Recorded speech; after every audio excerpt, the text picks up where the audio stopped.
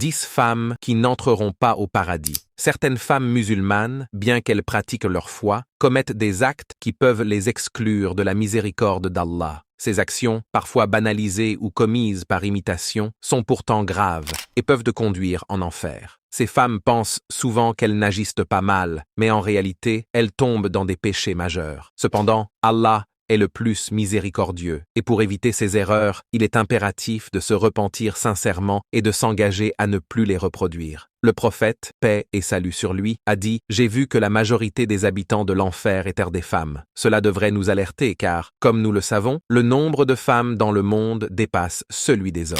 1. Les tatoueuses et celles qui se font tatouer. Le prophète, paix et salut sur lui, a dit « Allah a maudit les femmes qui tatouent et celles qui se font tatouer, ainsi que celles qui épilent leurs sourcils ou modifient leurs dents pour embellir leur apparence, et celles qui changent la création d'Allah. » Aujourd'hui, de nombreuses femmes se font tatouer, que ce soit de manière permanente ou temporaire, pensant que cela les rendra plus attrayantes. Ces pratiques, souvent influencées par des cultures étrangères, sont strictement interdites.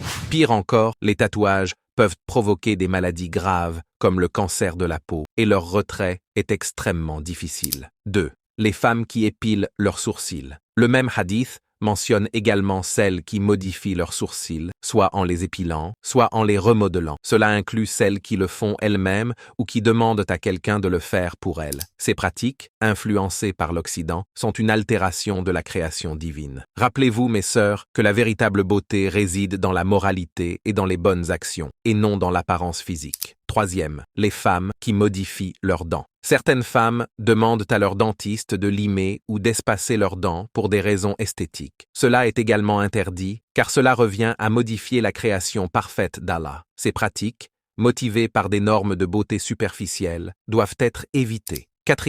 Les femmes qui utilisent des extensions de cheveux. D'après un hadith rapporté par Asma bint Abi Bakr, une femme a demandé au prophète, paix et salut sur lui, si elle pouvait utiliser des extensions pour sa fille nouvellement mariée. Il a répondu « Allah a maudit celles qui ajoutent des cheveux et celles qui demandent à le faire. Cela inclut l'utilisation de perruques ou d'extensions qui modifient l'apparence naturelle qu'Allah nous a donnée. 5. Les femmes dont le mari est en colère contre elles. Le prophète, paix et salut sur lui, a dit « Si un homme appelle sa femme au lit et qu'elle refuse et qu'il passe la nuit en colère contre elle, les anges la maudissent jusqu'au matin. Une femme doit honorer les droits de son mari dans ce qui est permis par Allah. Cependant, il n'y a pas d'obéissance à un être humain dans la désobéissance au Créateur.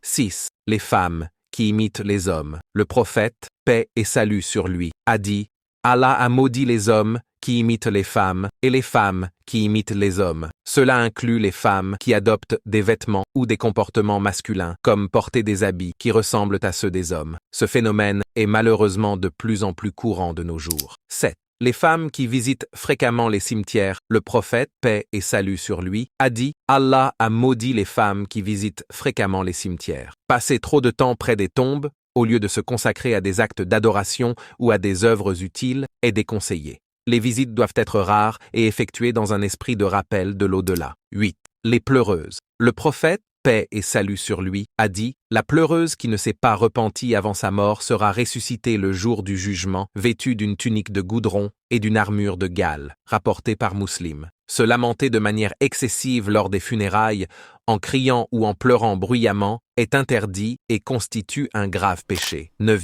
La femme qui participe à un mariage invalide. Une femme divorcée 3 fois ne peut pas se remarier avec son premier mari avant d'avoir contracté un mariage légitime avec un autre homme. Organiser un mariage fictif dans le seul but de contourner cette règle est un grand péché. Le prophète, paix et salut sur lui, a maudit ceux qui participent à de telles pratiques, les femmes vêtues mais dénudées. Le prophète, paix et salut sur lui, a dit « 2 catégories de gens feront partie des habitants de l'enfer, des femmes vêtues, mais comme nues, qui séduisent et se font séduire. Elles ne sentiront même pas l'odeur du paradis. » Cela fait référence aux femmes qui portent des vêtements provoquants ou trop moulants, mettant en valeur leur forme. Mes sœurs en islam, rappelons-nous que la véritable beauté est celle de l'âme et de la foi. Le prophète, paix et salut sur lui, a conseillé aux femmes de multiplier les aumônes et les demandes de pardon, car il a vu qu'elles étaient en majorité parmi les habitants de l'enfer. Qu'Allah nous guide et nous protège. Si cette vidéo vous a été utile,